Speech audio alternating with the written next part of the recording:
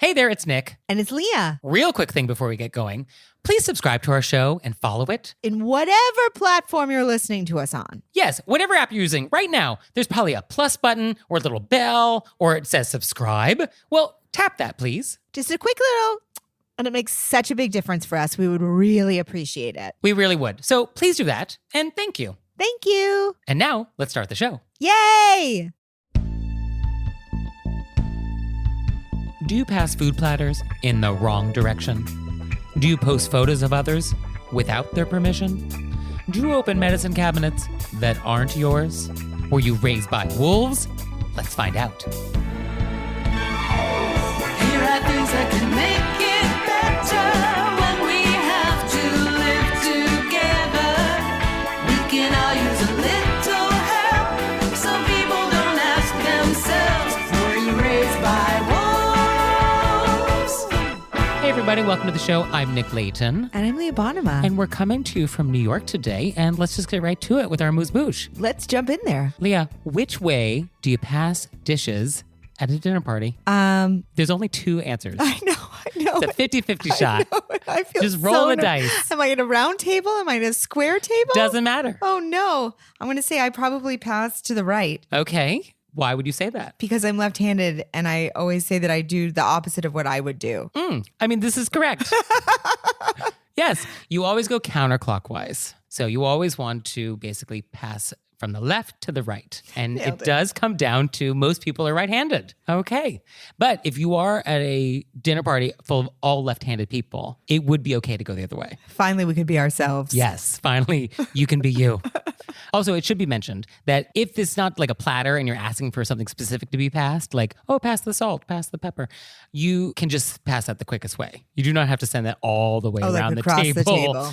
Yeah, you don't have to like make sure it always goes, counterclockwise all the way around if that's the long way. What you shouldn't do is stand up and reach. You should not do that. Then you're going to drag your shirt in. It's going to be wild. Yeah, that will be wild. So don't do that. I got one right.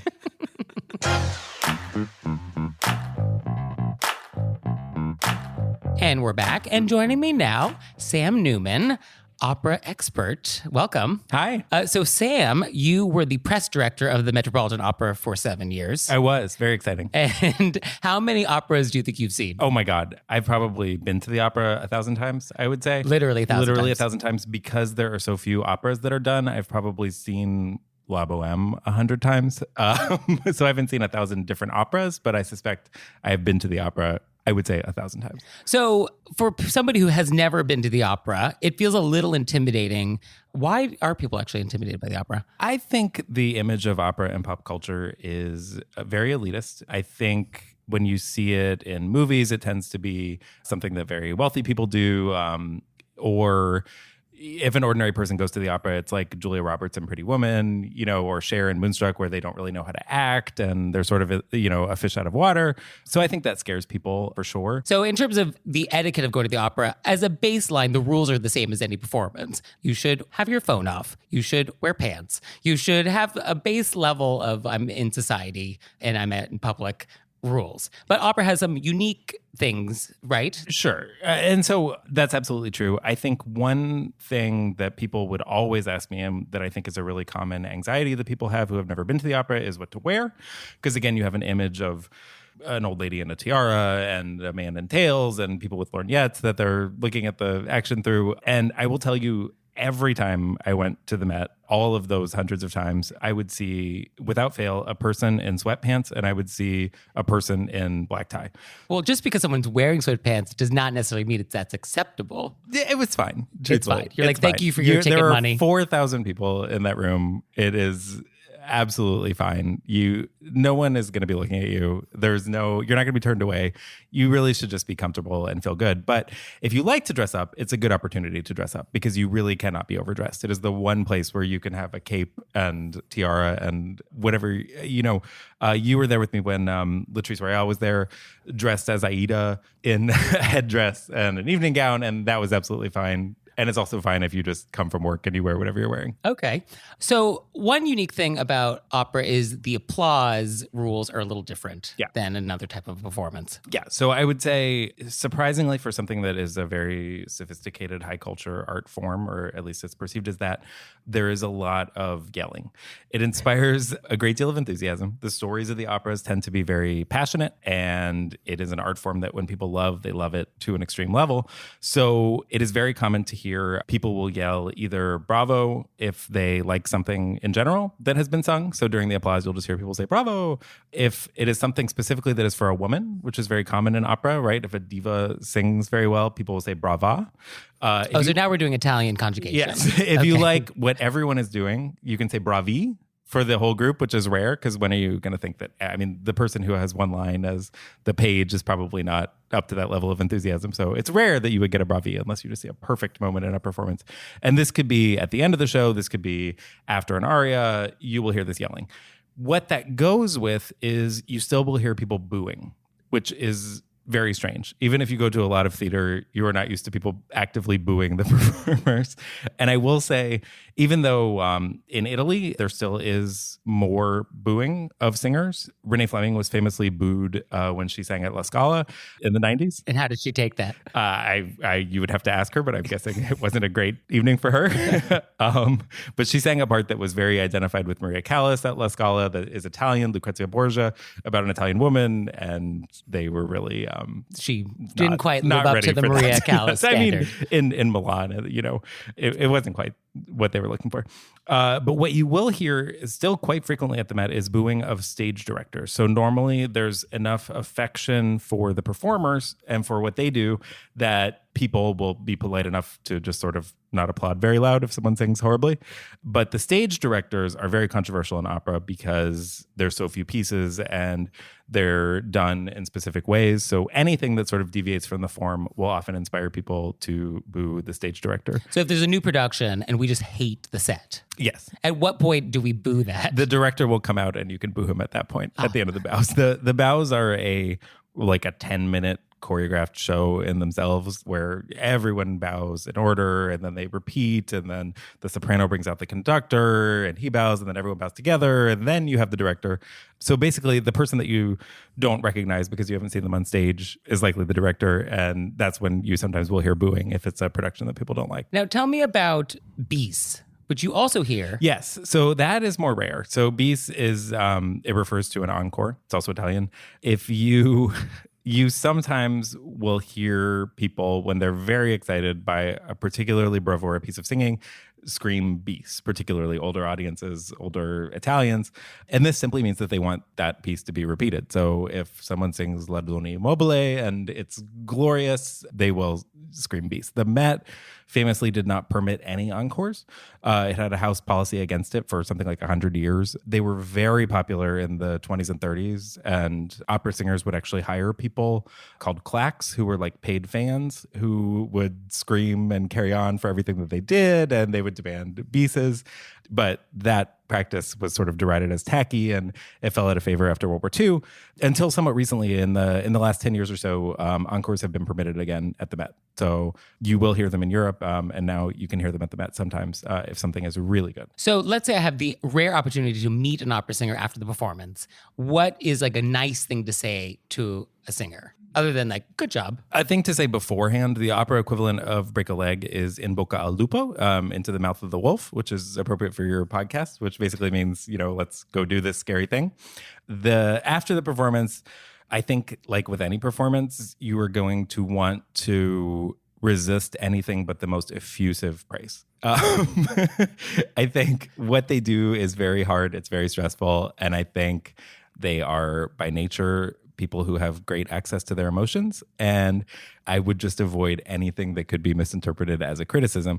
Now, they are often going to volunteer criticism of their colleagues, the conductor, the stage director, the wig master, the person who designed the costume, and that's fine. You just want to listen with empathy and say you were so great in spite of that. It was incredible. Everything that you did was incredible. That would be my suggestion. I can see you've dealt with a lot of difficult singers over the years. Yes.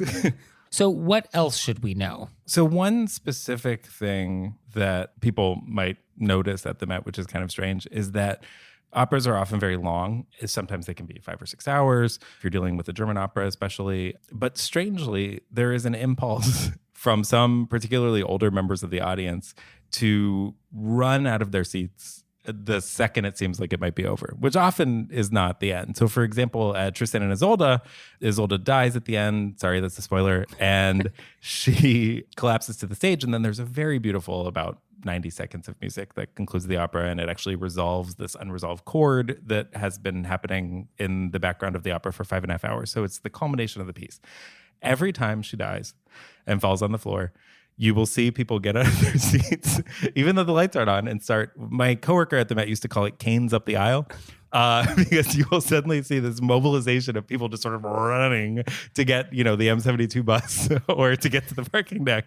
And I would suggest that it is more considerate to your fellow opera goers if you just give it a moment, wait for the curtain to come down, wait for the lights to come on, and then maybe you can think about getting your car. So, okay, that's a good pro tip. Another thing I would suggest, which I think goes for any performance, but the Met in particular has famously great acoustics, which also carries to the audience. So not only is everyone going to hear you if you're unwrapping candy or snoring or any of the other things that happen, you also want to be mindful of commenting negatively about the performance while it's going on, because everyone will hear you if you say it at sort of an awkward moment. And even at intermission, you could really, I think, have a negative impact on someone's experience. So even though most performances at the Met are great, the standard of singing is very high, there are bad performances, of course. And you have to remember that someone in that audience is loving it, no matter what. Because again, you have 4,000 people. There's someone who has never heard La Boheme before, or they just particularly like a singer. They're having a great time. I specifically thought of this because I remembered a time that I was at the opera and Patti LuPone was there. A couple rows in front of me. I had seated myself near her, obviously, when I heard she was coming. It was a Carmen. And the lights just started to go down at the end of the first act. There was a pause between Act 1 and Act 2. And that's so loud. You know how loud Patti LuPone can be. That you could hear it in the fifth balcony. She said, "This is why I hate opera." I looked and she's like, there's 200 people on stage and they're just milling. Everyone's just milling. So I would say if you're not Patti LuPone, that you should keep that to yourself. But I was very glad she did it because it was very entertaining. I mean, to be fair, there is a lot of milling. There's a lot of milling, and Patti was not interested in the milling. So okay. So now it's time to play a game we call Vent or Repent. Sure. Which is your opportunity to either vent about some bad etiquette experience that has been happening to you, or you can repent about some bad thing you've done. I see. Would you like to vent or repent? I would like to vent. Okay. I would like to vent for sure. So it only happened once, but I think it's indicative of a wider social phenomenon, which is I was at dinner at a nice Italian place, and it's small, like a lot of Italian restaurants in New York. And so we're sitting at a little two-top that's right next to the bar. The bar has tall stools. The reason I set this scene for you is that there was a man who was otherwise well-dressed, but he was wearing flip-flops right at my eye level, who's sitting at the bar. And immediately, as soon as he sits down, he drops off the flip-flops. And it's just these huge bare feet that are like essentially in my face. Like horrible 50-year-old man feet that so are these just was not pedicure. No, a nightmare. And he was on a date with a woman who couldn't see the feet, I don't think. And I really wanted to warn her. I was like, should I pass her a note and be like, look down, you're in danger? But it was truly just... And they kept getting more wine, and these feet were just sort of dangling inches from our pasta for hours. I'm horrified, A. But also, I think flip-flops in public in general is a provocative thing in New York City. It seems like it would be a problem in New York of all places, but... But I think this date apparently was going well. Yeah, it seemed to be. And she knew that this man was wearing flip-flops. He got there first, so I don't know.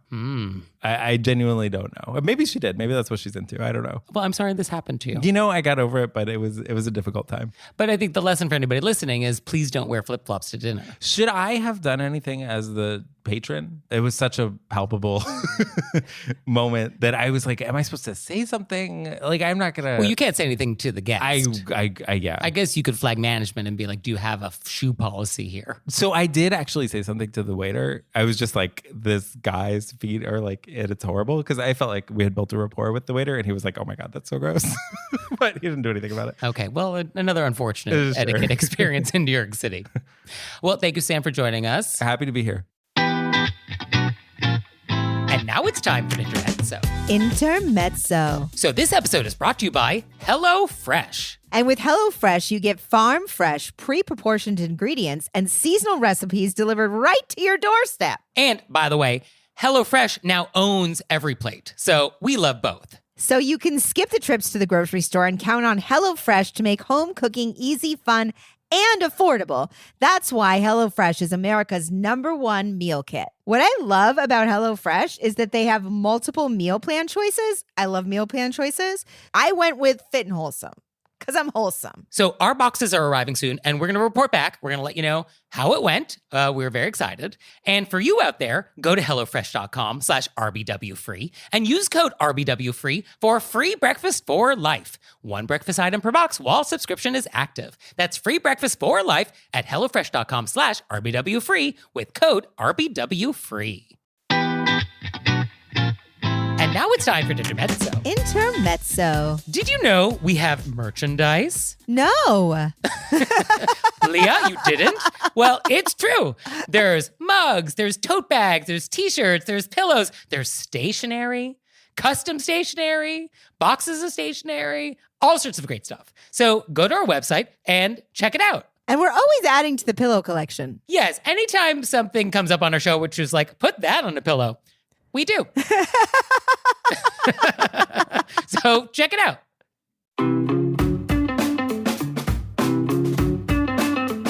And we're back.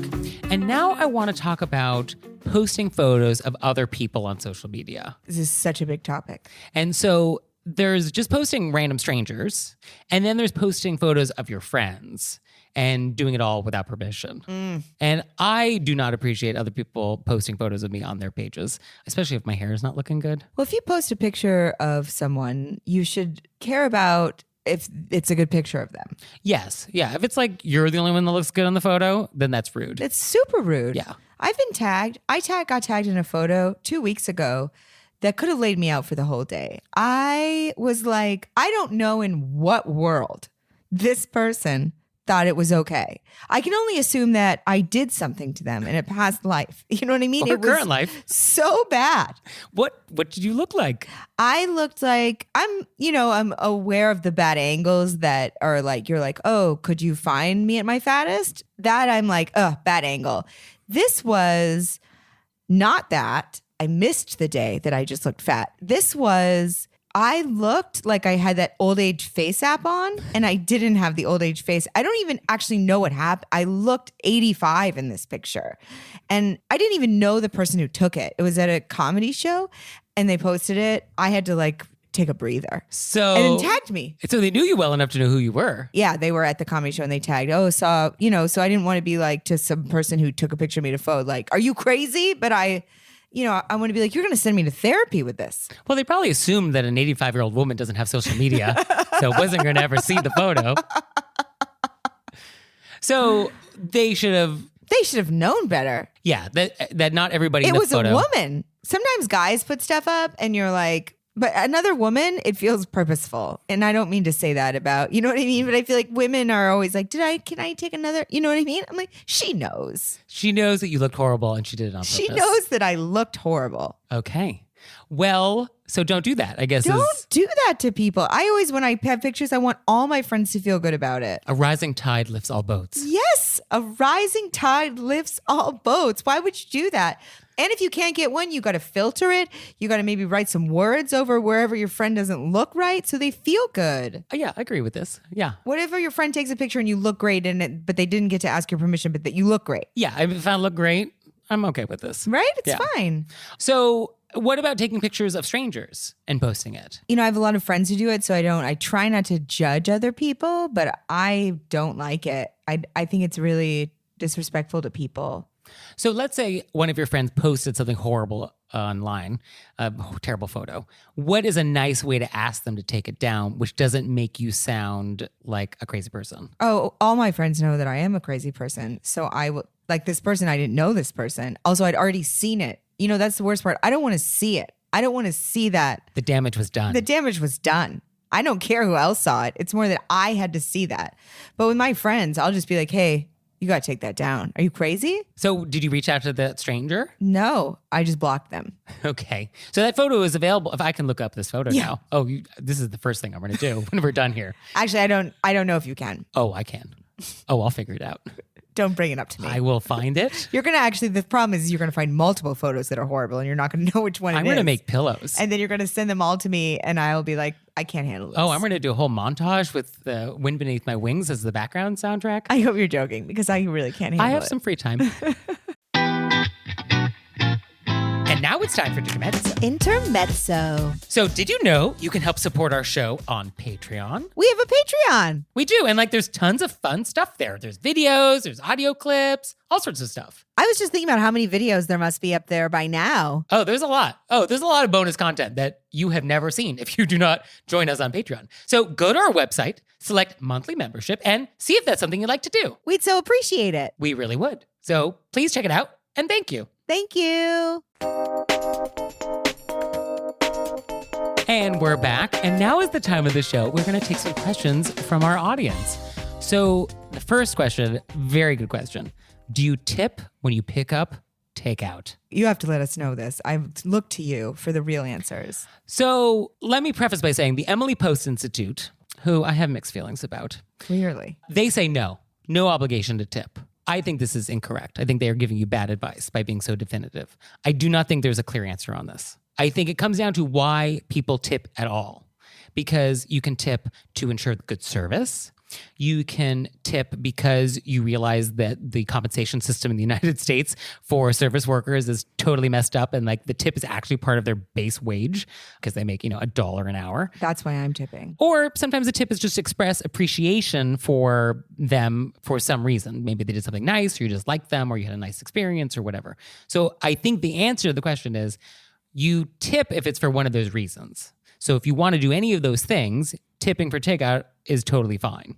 If you don't want to do any of those things, then I don't think you're obligated necessarily, but you are not necessarily off the hook. So I think that's my feeling on this. What do you think would be an okay tip if you wanted to do one of those things, but you don't want to tip, and not tipping 20% on takeout, but so then what's not disrespectful, but hey, I want to throw a little something. I think one way to think about it would be, what would you tip if you were at a bar and a bartender handed you a bottle of beer? So is that $1 a drink? Is that $2 a drink? So that could be sort of that. I think 10% is nice. Yeah. Or, a couple bucks. I mean, it depends on how big the order is. If it's just, a $4.95 side of Say soup. it's like nachos. If it's just nachos, hypothetical example for you. Hypothetical example. Never happened. Hypothetical example, it's 2 empanadas, broccoli cheese with both the pink and green sauce. What would you tip on that hypothetical? I think $2 is nice. Okay. Next question is it okay to open someone's medicine cabinet? Have you ever done this? I mean, it's between you and God. You know what I mean? Because they're not going to know. So I was reading this book, which is called Are You Normal? And it's a good book. And sometimes we want to know the answer to this. And they reference a study, which they don't actually tell you anything about, but they say that upwards of 40% of people snoop in medicine cabinets, which I believe that. Oh, absolutely. And that's just the 40% that admitted in some survey that My they do guess it. is that it's higher. 99%. And in the same research, they also showed that people that are single and people that are divorced are more likely to do it than people that are married. Oh. Go figure. And younger people are more likely to do it than older people. So I guess I'm all of these categories for snoopers. And yet I do not do this. It does not occur to me to snoop in somebody's medicine cabinet. I don't either. No? No. Look me in the eye and tell me that. I don't. Okay, I believe you. One thing I was reading online about this is that some people like to snoop to see what medication you're on. Right, but if I was to have a house party, I would take my medication. Yes. Why would I ever? I would only leave things that I expected people to see. Yes, I think if you know that 40% of people admit to snooping, you should just hide everything. Yeah, I hide everything that's worth hiding. Yeah, so all your fungal cream. Oh, I don't have. Come on. Not that I would see if I open up your medicine Yeah, cabinet. but you know me that I would just own up to it. That's true. Yeah. You'd be like, yeah, I got fucking cream. What about it? But yeah, I think you should definitely hide everything, just knowing that everyone's going to snoop. You shouldn't snoop, but we know you're going to do it. So I have looked in a shower. why? So I just want to see what their showers are like. I love a nice shower. Like you want to see the plumbing? Yeah, no, I just want to be like, how's the tiling in here? Isn't it like the same as the rest of the bathroom you have No, access it's to? always different. So you're moving the curtain. Sometimes I'll just That was Leah like leering you around the didn't see corner. me. And you know, you've used leering twice with me today, and I just want you to know it's a glance. Okay. It's a thoughtful look. It's What's going on? yeah, it's a little, It's not a leer. it's a curiosity. A leer is nefarious slightly, There's a malicious intent. which I don't have. No. It's a delighted curiosity. So I was also reading that Dear Abby, I think in the 90s, recommended that people put marbles in their medicine cabinet Oh, to basically shame people who open their medicine cabinet. that would be so funny. So I don't know if anybody's, who has marbles? Does anybody have like extra marbles? No, I haven't seen marbles since My Fair Lady. Can I, where would I buy, I guess Amazon? Where do you buy marbles? I think maybe like I always imagine they have them in those bags, those fishnet bags in like a kid's store. Does that still happen? Are there stores? I don't know. Oh, you know, I bet it's a aquarium store. Oh, okay. Okay. Fish Like related. a Petco, yeah. Yeah. They have marbles. Sure. But that's a fun idea. We should just go do that. So next time you're having people over, you should just get the marbles in your medicine cabinet somehow. Honestly, that gives me so much joy because you know it's going to be most people, but it's only going to be the first person. It's not going to work for anybody else. Well, after the first person is shamed by the marbles cascading and pinging around your bathroom, I don't think anyone's going to take that yeah, risk. you just only get that one chance, but I would laugh so hard. But what would the host say? Be like, yeah, I put marbles in my medicine cabinet. Like, what do you say? Oh, I would just openly laugh. We'd all be like, gotcha. And then the person comes out and be like, I cut myself. I was looking for a Band-Aid. And I'd be like, oh, okay. You just ask people for a Band-Aid. That's how that works. I definitely have friends that probably snoop in my medicine cabinet. Yeah. This is why actually I merchandise it. If you look in my medicine cabinet, it is all merchandised. And I even have like photos in there. It's like a display. It's like a curio cabinet. Yeah. So Someone opens it and they're like, this seems very curated. Is this an exhibit? it is. Yeah. That's welcome to my life. It's all curated. It's all for show. It's all Amazing. artifice. Welcome to the world of Dick Layton. So do you have a question for us? Oh, yes, you do. Send them to us. You can send it to us through our website, wereyouRaisedbywolves.com, or you can text us or call us and leave a voicemail, 267-CALL-RBW.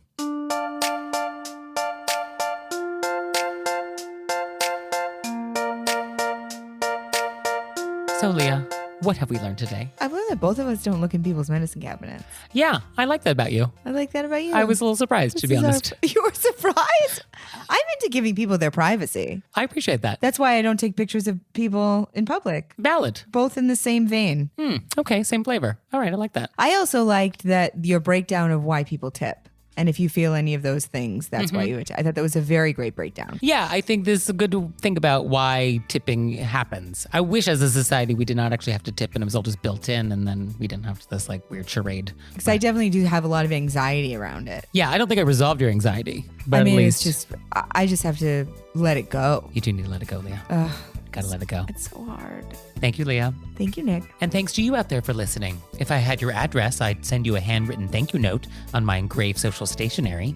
Please subscribe to the show and also visit our website, wereyouRaisedbywolves.com. So now, hopefully nobody will ask, were you raised by wolves?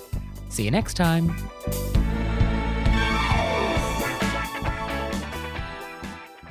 Oh, Leah, one more thing. What? Have you signed up for Patreon yet? I have. Me too. You out there, have you signed up for Patreon yet? No? Well, go to our website, wereyouRaisedbywolves.com, click on monthly membership, check it out, because we would really appreciate it if you'd support our show. We love your support. We would. So please do that, and we'll see you next time. Bye. Bye.